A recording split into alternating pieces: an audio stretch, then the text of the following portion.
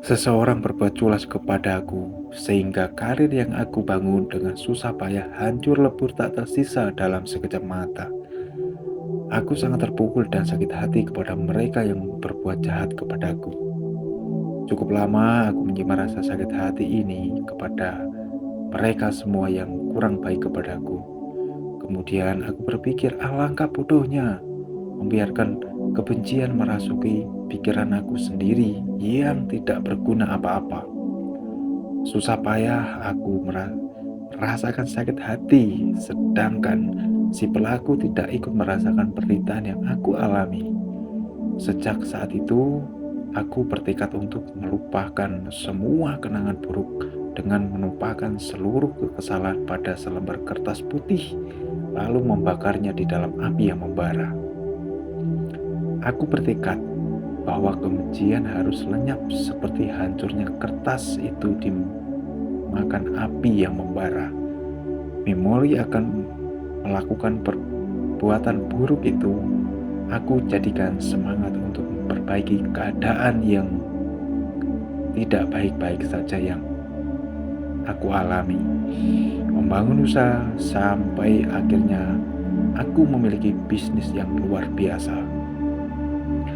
Tak seorang pun yang membuat aku cemburu, marah, ataupun menendam kecuali aku sendiri yang mengizinkannya. Dalam pergaulan sehari-hari, wajar saja jika aku tidak selalu bersanding dengan kemesraan bersama teman-teman maupun kerabat, keluarga, dan lainnya. Ada kalanya terjadi benturan kecil ataupun benturan besar. Tak jarang aku juga bertemu dengan orang-orang yang bersikap negatif kepadaku. Misalnya senang menghina, ikut campur urusan pribadi, memotong pembicaraan orang lain, merusak kebahagiaan orang lain, dan tertawakan, merendahkan orang lain. Benturan-benturan maupun sikap negatif dapat menimbulkan sakit hati yang luar biasa. Tidak semua orang mampu berjiwa besar untuk melampiaskan sakit hatinya. Meskipun demikian, aku harus melampiaskan rasa sakit itu secepat mungkin sebelum meracuni jiwaku sendiri. Memelihara sakit hati hanya menimbulkan kerugian dan kesulitan. Misalnya, apakah aku adalah pihak penerima atau orang yang menghentikan suatu hubungan? Maka suatu hal yang pasti bahwa putus cinta itu sangat menyakitkan.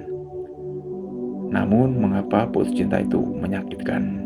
Menjadi tanda tanya besar. Sebuah penelitian menemukan bahwa penolakan sosial merangsang jalur saraf yang sama yang diaktifkan ketika Anda merasakan sakit fisik yang sebenarnya.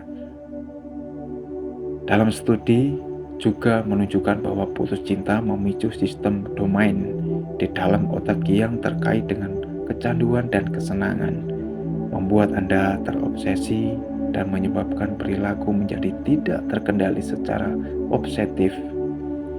Akibatnya, Anda tidak bisa tidur dengan tenang, kurang enak makan, atau tidak mau memikirkan tentang apapun selain orang yang mencampakkan pribadi Anda.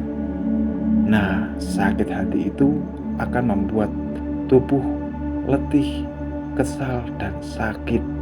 Menyimpan rasa sakit hati juga dapat menghambat upaya Anda menyampaikan tujuan-tujuan yang lebih tinggi dan usaha yang untuk mendapatkan kehidupan yang lebih baik. Sebaliknya, bila aku terbesar hati melepaskan sakit hati itu, maka aku akan lebih mudah memetik manfaatnya sendiri. Meskipun usaha itu tidak mudah, selama aku memiliki keinginan, kemauan, maka tidak akan sia-sia. Anda harus terlebih dahulu menjernihkan hati agar Anda dapat memandang persoalan dengan jernih. Korelasikan diri sendiri, bersihkan hati dan kotoran termasuk iri, dengki, sirik, pelit, culas, dan sebagainya. Pastikan bukan diri Anda sebenarnya yang keliru ataupun terlalu sensitif, sehingga orang lain berbuat sesuatu yang wajar saja, tetapi bagi Anda suatu menyakitkan. Bila hati nurani sudah dapat memastikan tidak ada yang salah dalam diri Anda, maka cara yang dapat Anda tempuh untuk melepaskan sakit hati adalah tersenyum, tulus, dan selalu menampilkan wajah ceria untuk melepaskan sakit hati terhadap orang yang sudah menyakiti Anda. Tanpa mereka sehari-hari sadari sebenarnya sikap buruk itu justru mengasah hati nurani Anda semakin tajam. Anda juga merasakan betapa tidak enaknya dihina, dihasut, difitnah, dimanfaatkan, dan lain sebagainya itu, sehingga Anda tidak akan berani melakukan sikap buruk yang sama. Secara tidak langsung, mereka sudah menyebabkan kebaikan-kebaikan di dalam hati nurani yang Anda miliki terpancar dalam sikap maupun perbuatan Anda sendiri.